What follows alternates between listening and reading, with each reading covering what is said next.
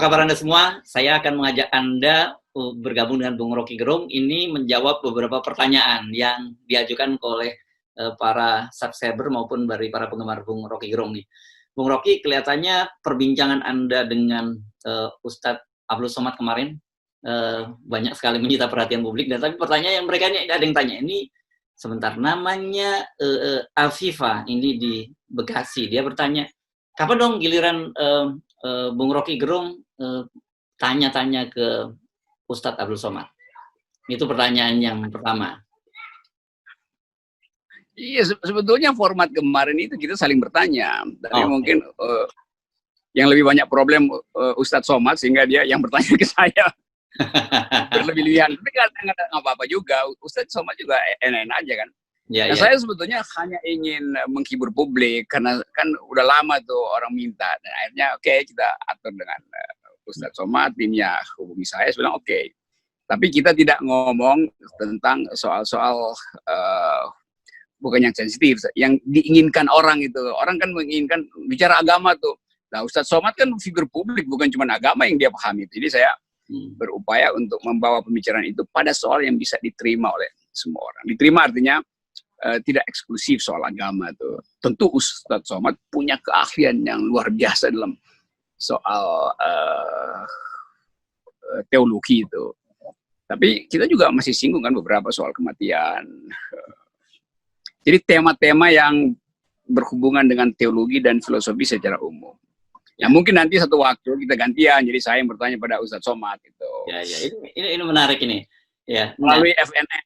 Ya. Pertanyaan berikutnya nih, tapi masih yang sama, Kak Afifa juga menanyakan, apa sih sebenarnya yang Bung Rocky Gerung kagumi dari Ustadz Somad itu? Ya konsistensi dia di dalam mengucapkan apa yang dia yakini sebagai jalan pikiran dia, kan itu kan. Jadi saya selalu mau berbeda apapun, tapi saya hormati orang yang konsisten. Justru sebaliknya, mereka yang punya banyak ide, tapi nggak konsisten di dalam idenya sendiri. Sehingga ngutip ide sana, ngutip ide sini, dicampur-campur, karena hanya ingin berupaya berselancar aman. Nah, Ustadz Somad berani untuk mengambil risiko dengan mempertahankan jalan pikirannya. Ya, apalagi posisi politiknya dalam pemilu kemarin. Jadi bagi saya, ya justru itu yang kita perlukan. Orang yang dengan gigih berupaya untuk menghasilkan pikiran alternatif, itu adalah teman bercakap-cakap atau lawan berdebat yang sesungguhnya. Ya. Bukan yang setelah diserang di sini dia mengalah, tapi nanti cari cara untuk membujuk di belakang. Itu nggak begitu. Istana kan begitu kan. Kalau berdebat di publik, bujuk di belakang tuh. Tapi secara formal pernah bertemu belum sama Ustadz Abdul Somad ini? Belum pernah, saya belum pernah bertemu. Ini pertama kali. Jadi merasa dekat karena pemikiran saja dia, Bung Rocky ya? Iya, karena pemikirannya, dan karena itu saya anggap kemarin dalam politik pilpres kemarin saya sebutkan UAS itu bukan Ustadz Abdul Somad, tapi Ustadz Akal Sehat. Saya memang kasih label itu. Ya. Okay. Dan rupanya Ustadz tertarik dengan nama barunya. Okay. Nah, ini ada pertanyaan berikutnya dari Muhammad Ridho. Muhammad Ridho ini sebentar, di mana dia? Di Sumatera Utara. Dia menanyakan, apakah orang seperti Bung Rocky Gerung ini akan selamanya menjadi oposisi gitu? Apakah suatu saat kalau rezim berganti? Wah, pertanyaannya ini berat nih. Kalau rezim berganti, apakah bersedia jika diminta masuk ke dalam pemerintahan? Bersedia kalau ada yang beroposisi pada saya. Kan oposisi dan berkuasa itu cuman lokasi yang berseberangan aja kan. Kalau Anda berkuasa dan tidak ada yang beroposisi, itu berbahaya. Karena itu kalau saya berkuasa misalnya, mestinya ada yang beroposisi itu. Demikian sebaliknya, kalau saya tidak berkuasa, maka saya beroposisi. Nah, partai-partai hari ini tidak ada yang beroposisi. Karena itu saya ambil alih. Walaupun oposisinya literer doang, narasi, itu bukan oposisi. Karena punya konstituen saya pohon sama buah-buahan. Oke, nah ini masih ada pertanyaan lanjutan dia. Kalau bersedia, kira-kira jabatan apa yang cocok untuk Bung Rocky Gerung? Ya saya akan bikin Kalau saya bersedia, saya pasti ingin jadi presiden tuh. Saya akan bukan itu. Kalau misalnya, oke, ini Pak Rocky masuk, oke, saya bilang saya mau memimpin departemen oposisi itu. Ada tuh departemen oposisi. Mesti ada menteri oposisi tuh. Karena bisa jadi juga nanti presiden berikut nggak mau juga ada oposisi kan. Karena udah dianggap kultur Indonesia itu bukan oposisi. Seperti Pak Jokowi katakan demokrasi Pancasila, demokrasi yang tidak ada oposisi, demokrasi gotong royong. Wah, itu artinya bukan demokrasi, dan bahkan gotong royong itu bukan oposisi. Jadi oposisi gotong royong itu. Kita bikin aja kementerian oposisi. Ini pertanyaan berikutnya nih dari Rida Amelia. Rida Amelia ini di Surabaya. Dia bertanya. Bertanya dari tadi perempuan semua ya, Pak? Iya, ini kata atau nanti saya pilih enggak. Tadi kan Muhammad Ridho. Muhammad Ridho tadi laki-laki. Jangan terlalu GR lah. Jangan harus sengaja editnya. Oke, ya Surabaya. Ridho tadi lelaki menurut saya ya, Ridho ya. Nah, ya bisa aja namanya dia ganti. Oh iya, oke. Pertanyaan dia ini cukup menarik. Gitu. Saya senang dengan sikap kritis Prof. Rocky, dia nyebutnya gitu, Prof. Rocky. Tapi apakah Prof. Rocky tidak pernah takut atau diteror dengan berbagai pernyataan-pernyataannya itu? Diteror pasti sering. Dari zaman pemilu kemarin kan WA saya diteror pagi-pagi segala macam, Twitter saya dirampok segala macam. Tetapi saya selalu punya poin, orang yang ingin menteror itu dia mesti hitung berkali-kali. Sebab apa gunanya dia mau teror apa itu? Lain kalau saya punya partai politik, ya ada gunanya teror. Dan teror saya kan nggak ada gunanya. Jadi saya anggap bahwa itu ancaman yang biasa doang gitu. Saya nggak percaya bahwa ada tokoh yang kemudian kirim orang untuk menganiaya segala macam. Buat apa itu? Nggak ada poin juga, nggak dapat apa-apa. Nah, justru saya merasa khawatir kalau saya dapat kiriman. Kalau teror fisik segala nggak soal, tapi kalau dapat kiriman ini dalam sebulan ini misalnya, saya dapat banyak kiriman. Saya nggak tahu apa isinya tuh, paket lah ini. Tapi saya nggak kenal. Dan itu bukan karena saya takut. Saya justru tidak takut kiriman itu, tapi orang yang menerima nanti itu berbahaya tuh. Kalau bukan saya yang terima segala macam, saya cuma dapat laporan nih, Pak ada ini, ada macam-macam. Mungkin hitung-hitung kali 2 kontainer kirimannya saya dapat selama 3-4 bulan terakhir. Dan itu saya langsung kirim balik. Saya bilang sama asisten saya, itu langsung dikirim balik. Bahkan ada yang dari keluarga saya tolak, ternyata keluarga. Tapi saya bilang bisa aja menipu kan. Jadi sekaligus saya mau umumkan di sini supaya teman-teman jangan kirim sesuatu ke alamat saya tuh dalam bentuk surat, dalam bentuk dokumen, dalam bentuk apapun yang saya nggak tahu isinya, dan saya nggak pernah buka. Saya langsung suruh asisten saya kirim balik ke alamat. Bukan saya menolak, tapi saya mesti berhati-hati. Sebab sekali saya terima, saya mesti buka semua tuh kan. Ada juga pasti yang kok saya kan baik-baik, iya, tapi saya terima kasih niat baiknya, tetapi saya tidak menerima kiriman apapun karena terlalu banyak itu.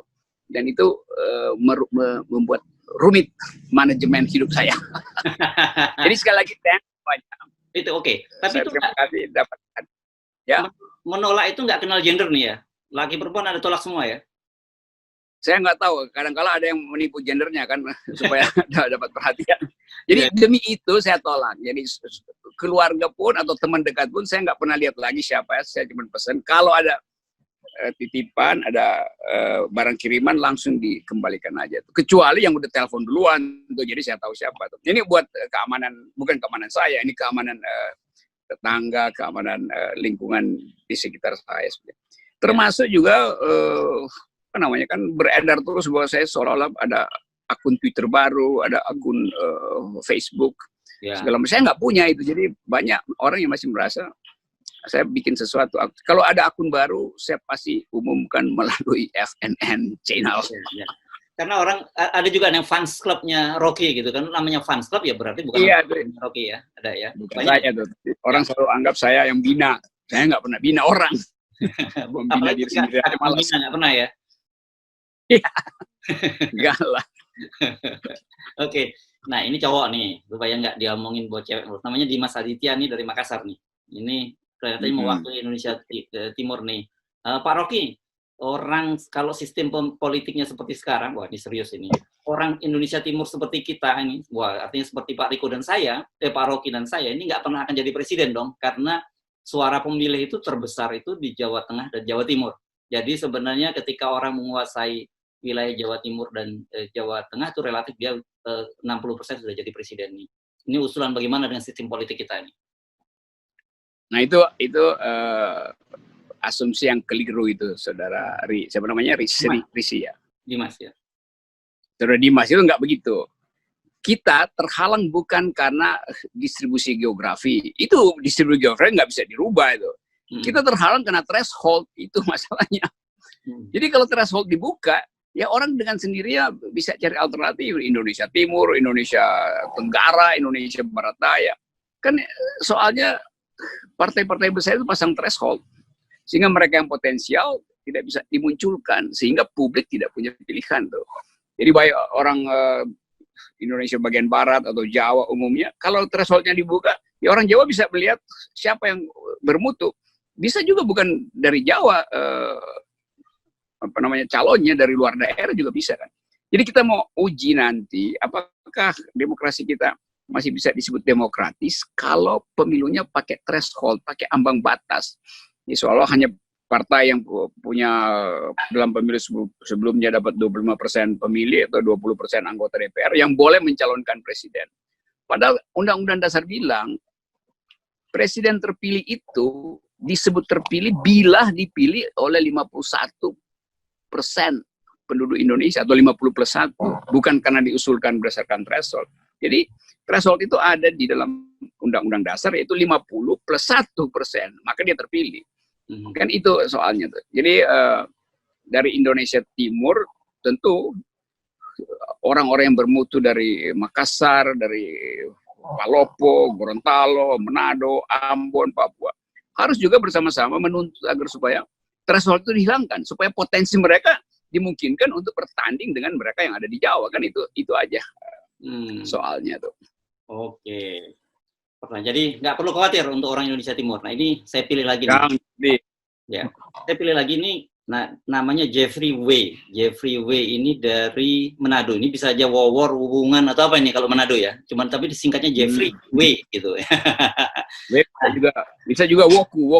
Woku balanga. Woku ikan. Wah, enak itu. Kalau Woku balanga enak sekali. Asam-asam pedas. Oke, Jeffrey. Ya. Jadi dia tanya, saya bangga sebagai orang sama orang Manado ini dengan Pak Rocky.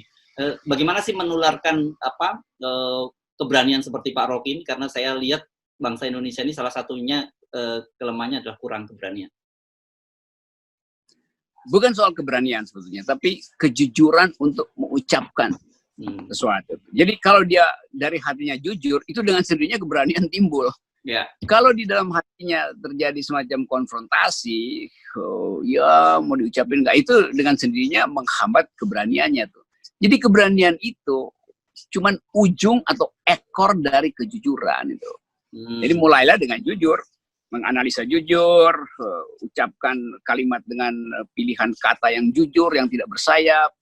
Kalau dia berbahaya, tetap diucapkan pakai fasilitas humor, satire, tapi tetap di situ ada kejujuran. Jadi kalau kita bikin satire kan kadang-kala satire itu dimaksudkan untuk mempertajam pikiran dengan fasilitas humor misalnya.